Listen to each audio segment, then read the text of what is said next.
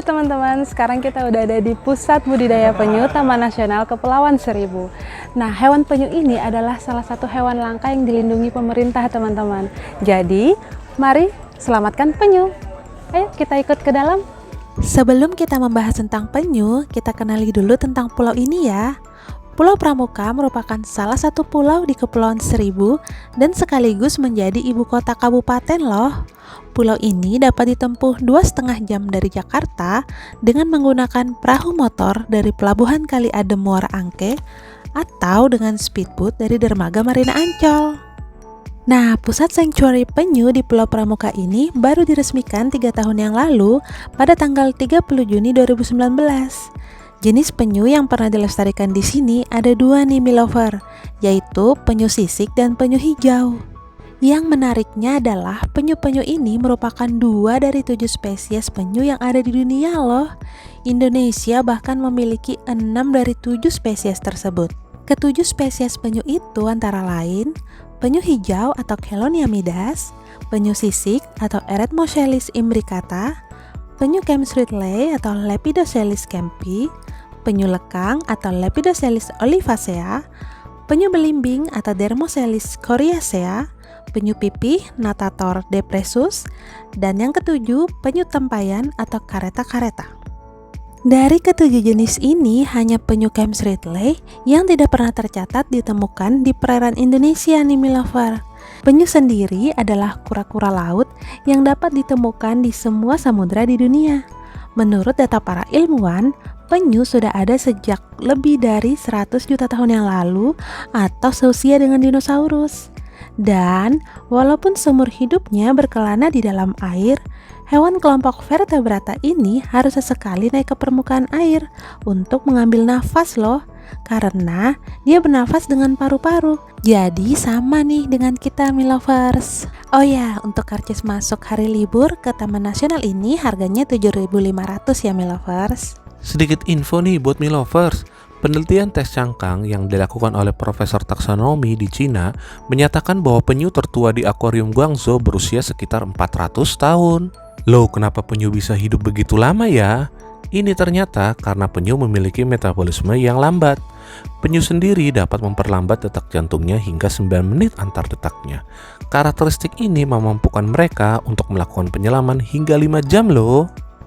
Nah, sekarang kita ke tempat telur penyu nih Milovers. Siklus bertelur penyu ini beragam ya, dari 2 sampai 8 tahun sekali. Dan dimulai dari usia mereka dewasa, yakni 20 atau 30 tahun.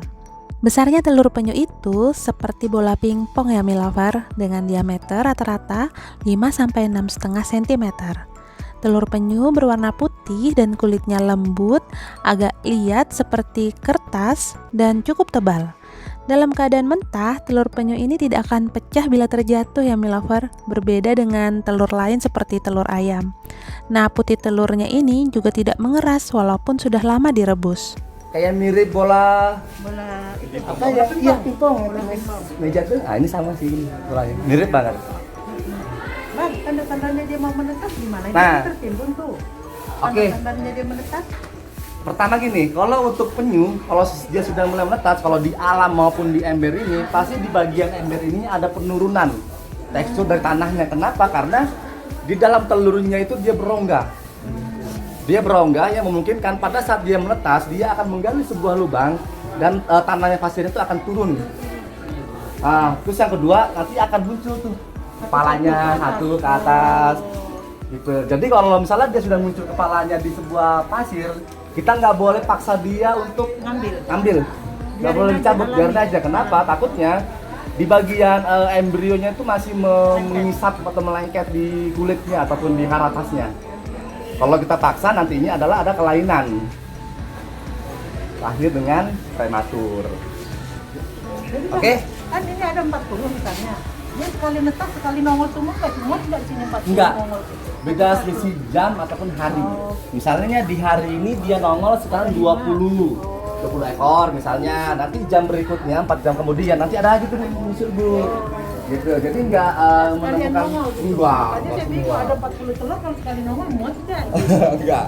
bertahap ya. Nah, maka setiap prosesnya kalau dia mau menetas, kita lebih pantauannya lebih 24 jam pantauannya. Oke ya, ngerti ya? Pantasan banyak ya sekali dia banyak gitu. Total semuanya di situ ada 500 tukik. Nah, usia berapa hari baru dilempar lagi ke laut? 2 bulan.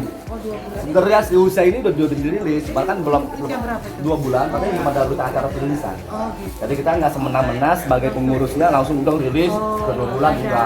Ada. Telur-telur penyu ini akan menetas setelah 7-12 minggu dan menjadi tukik. Nah, ini dia tukik yang ada di kawasan konservasi ini ya, Milovers. Lucu-lucu ya. Kita diperbolehkan memegangnya dengan pengawasan ahli. Di sini ada beberapa tukik yang membutuhkan perhatian atau perawatan khusus. Nah, mereka dipisahkan kolamnya dan dirawat sampai benar-benar sehat. Apabila penyu telah sehat, mereka akan dilepaskan di tepi pantai pada saat malam hari. Loh, kenapa malam? Karena di saat tersebut akan minim ancaman predator nih Milovers, seperti elang, ikan besar, maupun manusia.